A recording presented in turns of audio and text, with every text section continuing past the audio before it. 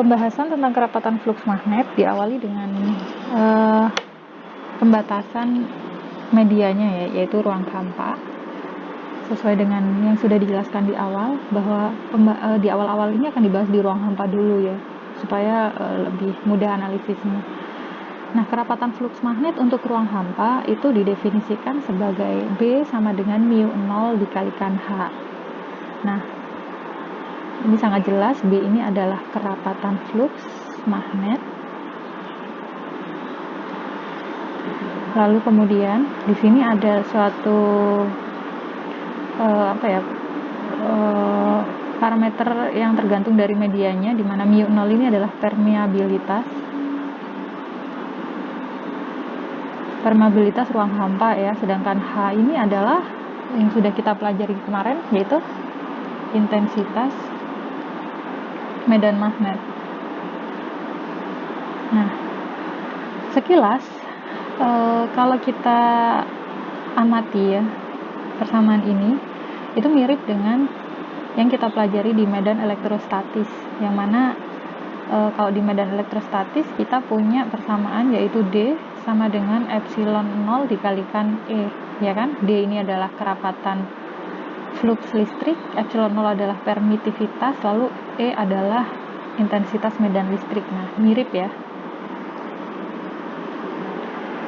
Satuannya B adalah Weber per meter persegi, atau dalam satuan SI yaitu Tesla. Ada juga yang menggunakan satuan yang lama ya, yang pernah digunakan yaitu Gauss. Ini ketiga-tiganya ini merujuk ke satuan dari B atau kerapatan fluks listrik. Di mana 1 Wb per meter persegi itu sama dengan 10.000 Gauss. Nah, konstanta mu0 itu adalah permeabilitas yang satuannya Henry per meter, yang nilainya untuk permeabilitas di ruang hampa adalah 4pi kali 10⁻⁷ Henry per meter.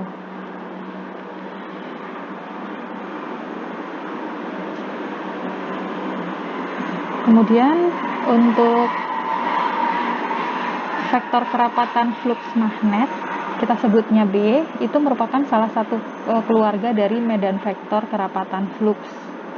Jadi di medan vektor kerapatan fluks itu ada banyak anggotanya ya, ada salah satunya adalah vektor kerapatan fluks magnet, lalu salah duanya adalah vektor kerapatan fluks listrik. Jadi sama-sama medan vektor kerapatan fluks.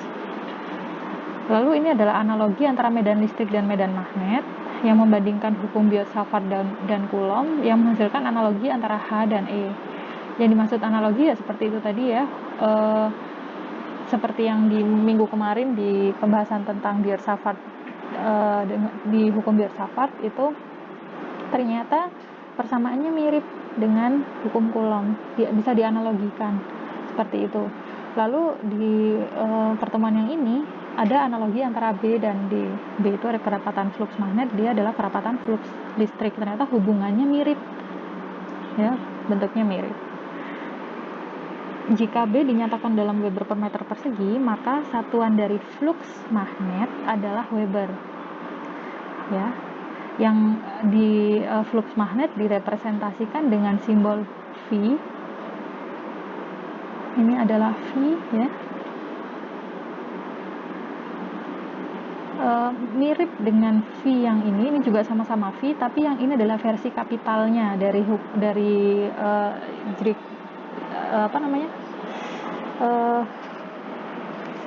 alfabet Latin ya, apa Yunani gitu. Nah, sama-sama V ya, ini V, ini juga V, tapi yang ini bentuk kapitalnya. Sedangkan fluks listrik itu disimbolkan dengan ini psi ya, ini tulisannya psi, bacanya si, yang mana ini juga merupakan huruf kapital ya, Greek alfabet. Nah, yang kapitalnya, yang mana fluks itu didefinisikan sebagai fluks magnet itu didefinisikan sebagai fluks yang menembus barang permukaan, yaitu V sama dengan integral S B dot ds.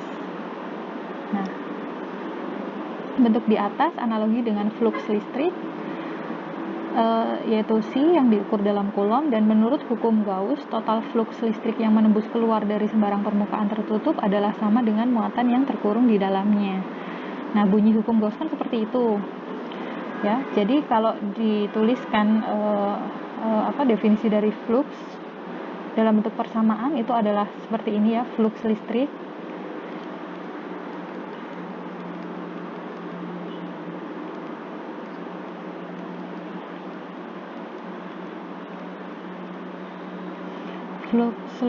sama dengan integral tertutup S di dot ds sama dengan Q.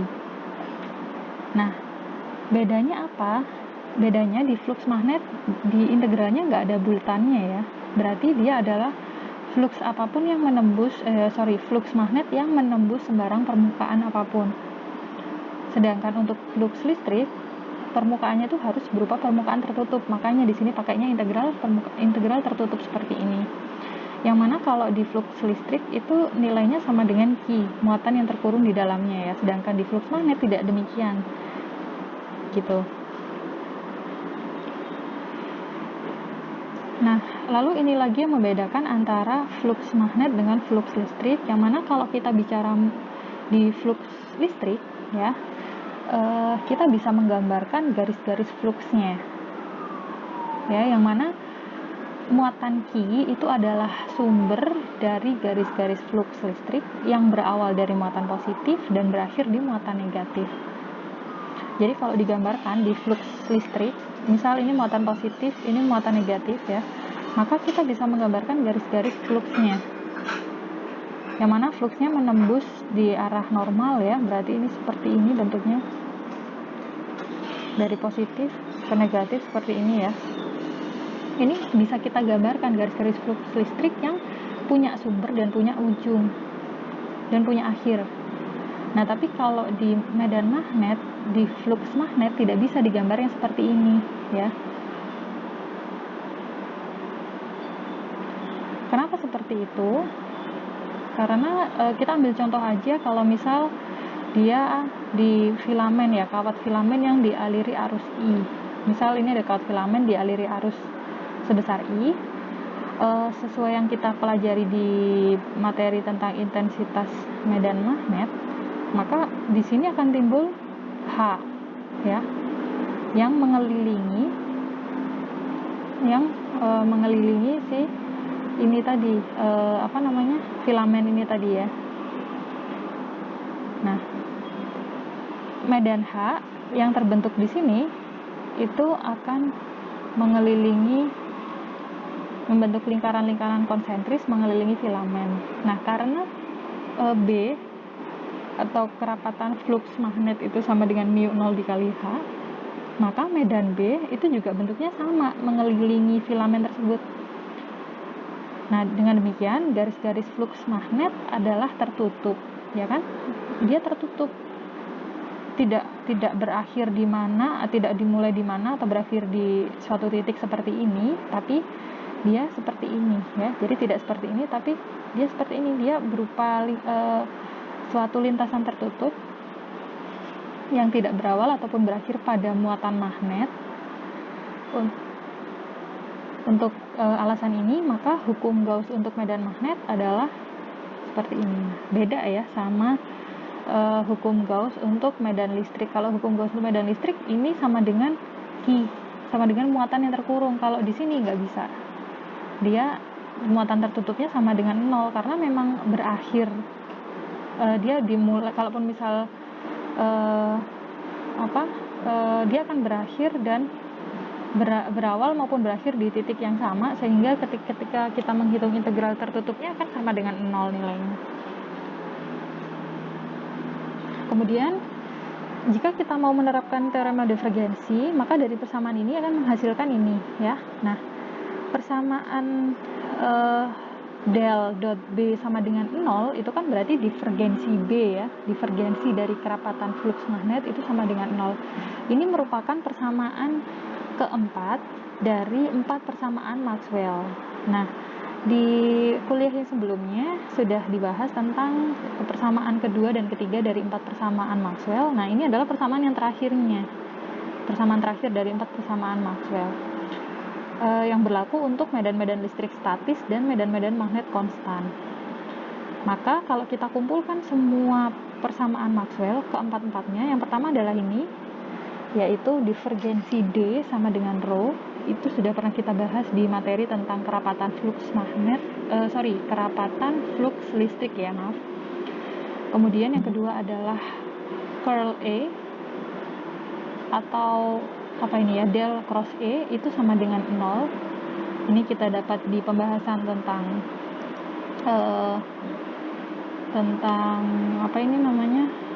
perkuliahan sebelum ini.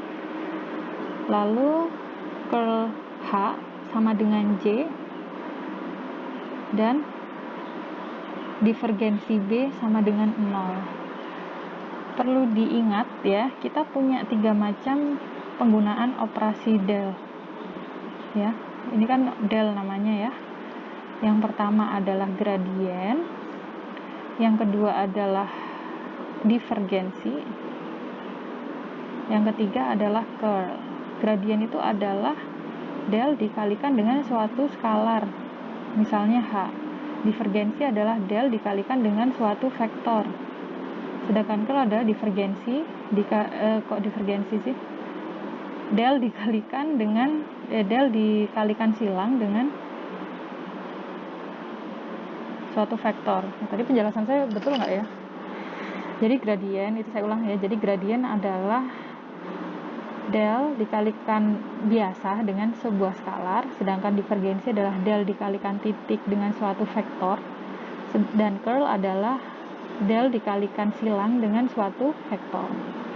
Nah, ini itu adalah 4 persamaan Maxwell ya, yang merupakan bentuk titik dari 4 persamaan Maxwell. Nanti akan ada bentuk integralnya. Jadi dari awal kita belajar tentang medan elektromagnet itu pada akhirnya kita akan memperoleh 4 persamaan Maxwell ini gitu. Dan mereka semua saling berhubungan ya ini. Jadi akan saling bisa membuktikan kebenarannya satu sama lain. Oke, kita bahas yang pertama dulu ya. Divergensi dari kerapatan flux listrik adalah kerapatan muatan. Ya. Lalu curl dari intensitas medan listrik sama dengan 0. Curl dari H dari intensitas medan magnet itu sama dengan kerapatan arus volume. Sedangkan divergensi dari kerapatan flux magnet sama dengan 0. Keempat persamaan ini harus dipahami untuk bisa memahami tentang pembahasan atau teori-teori di medan magnet yang selanjutnya ya, di medan elektromagnet yang selanjutnya. Oke, sehingga saya yang curl E sama curl H ini diperoleh di pembahasan tentang sub materi curl ya, di slide yang sebelum ini. Cuman memang tidak saya record itu, tidak saya upload di YouTube.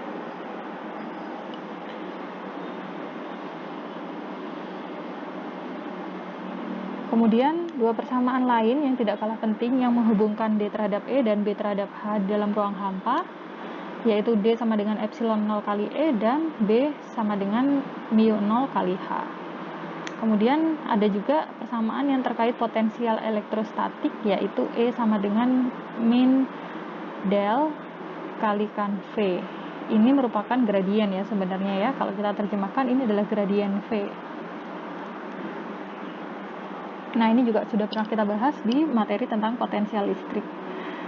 Lalu untuk potensial medan magnet konstan itu akan dibahas di sini, sedangkan pembahasan tentang bahan-bahan yang lain seperti bahan konduktor di elektrikum dan juga besaran polarisasi sudah pernah dibahas di materi tentang medan elektrostatik. Untuk selanjutnya pembahasan serupa akan dilakukan untuk medan magnet konstan.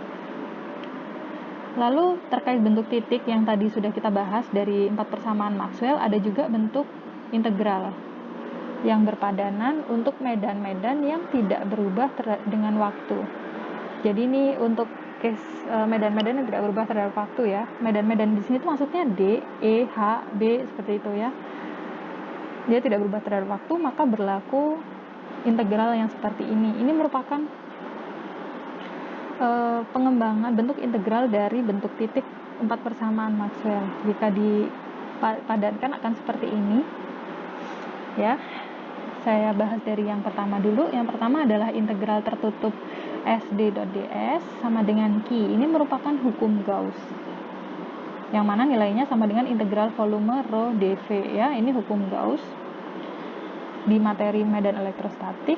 Kemudian integral yang kedua adalah integral tertutup E.dl sama dengan 0 ya. Ini juga di materi medan elektrostatik, sedangkan yang kedua ini itu ada di baru kita peroleh di materi medan magnetostatik ya, yang mana integral tertutup H.dl itu sama dengan I sama dengan integral Sj.ds, dan integral tertutup S B.ds itu sama dengan 0.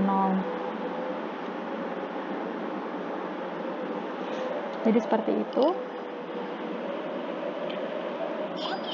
Mempelajari medan elektromagnetik akan jauh lebih mudah jika salah satu kumpulan persamaan Maxwell, baik berupa bentuk titik maupun bentuk integral, itu dikuasai. Dengan pengetahuan vektor yang baik, kumpulan persamaan yang satu dapat diturunkan dari lainnya melalui teorema divergensi atau teorema Stokes.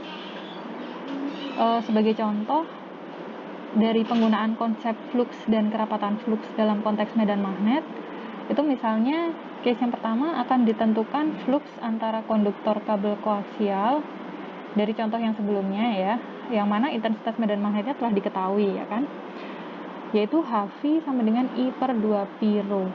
Untuk rho antara A sampai B, jadi ini sudah pernah dibahas di materi intensitas medan magnet tentang hukum Biot-Savart ya. Sehingga kalau kita mau mencari kerapatan flux magnetnya atau B, yaitu dari rumusnya kan B sama dengan mu 0 kali H. Sehingga hasilnya adalah mu 0 I per 2 pi rho AV. Flux magnet yang terdapat di antara konduktor dengan panjang L adalah flux yang menembus bidang radial manapun yang berentang dari rho sama dengan A hingga rho sama dengan B, dan dari Z sama dengan 0 hingga Z sama dengan L. Karena kalau kita bicara flux magnet, kalau flux magnet itu tadi kan pengertiannya adalah flux yang menembus suatu permukaan ya. Jadi kita ibaratkan dia adalah bidangnya bidang radial yang merentang dari rho sama dengan A hingga rho sama dengan B, dan dari Z sama dengan 0 hingga Z sama dengan L. Jadi kalau misal ini kabel koaksialnya seperti ini ya. Nah, maka bidangnya adalah bidang radial manapun ya yang merentang dari ini, rho sama dengan A itu kan di sini. Nanti ada gambarnya sih di slide ini kalau nggak salah. Ya, nanti ada ilustrasinya. Nah, untuk fluxnya didefinisikan sebagai integral S/B.ds. Ini adalah dari slide yang sebelumnya ya tentang persamaan flux. Nah, karena integralnya adalah integral permukaan, integral ds ya, jadi integralnya pun lapis 2 di sini. Yang pertama adalah batas dari Z-nya yaitu 0 sampai L, lalu batas dari rho-nya yaitu A sampai B. Ya kan? Sedangkan B ini adalah ini adalah B, sedangkan ini adalah DS ya. B-nya adalah ini. Jadi dapat ditaruh di sini, digunakan untuk mencari flux. DS ini adalah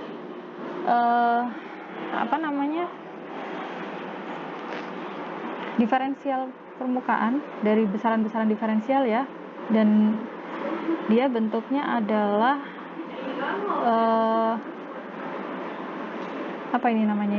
semacam selimut tabung gitu permukaannya, makanya diperoleh d rho dz AV.